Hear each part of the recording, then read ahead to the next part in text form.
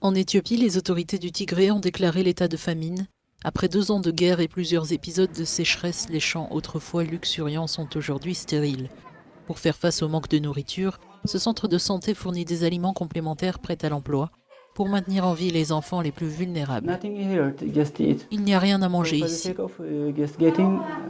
Alors pour obtenir de la nourriture et sauver leur vie, les habitants partent n'importe où, loin d'ici.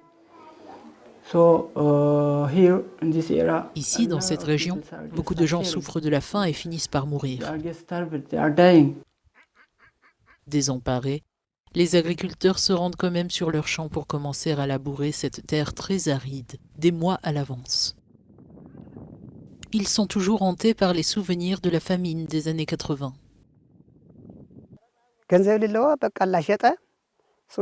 Nous n'avons rien, absolument rien.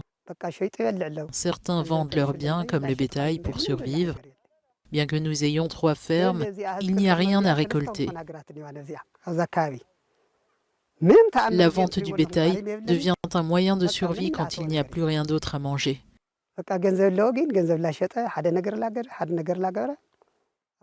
Les habitants avaient fait don de céréales aux combattants tigréens avant que les forces gouvernementales ne viennent piller les réserves de céréales et voler du bétail.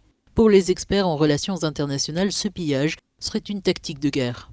Le gouvernement a en fait utilisé la nourriture comme une arme et en s'emparant de l'aide alimentaire envoyée à la région du Tigré, il a simplement cherché à appliquer ce que l'on appelle la politique de la terre brûlée.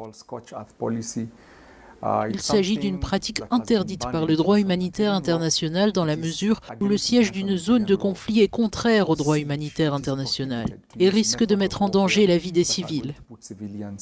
Les responsables tigréens accusent le gouvernement fédéral de minimiser la crise alors que le Tigré est confronté à l'une des pires famines de son histoire. Près de 400 personnes sont mortes de faim dans les régions du Tigré et de l'Amhara au cours des derniers mois.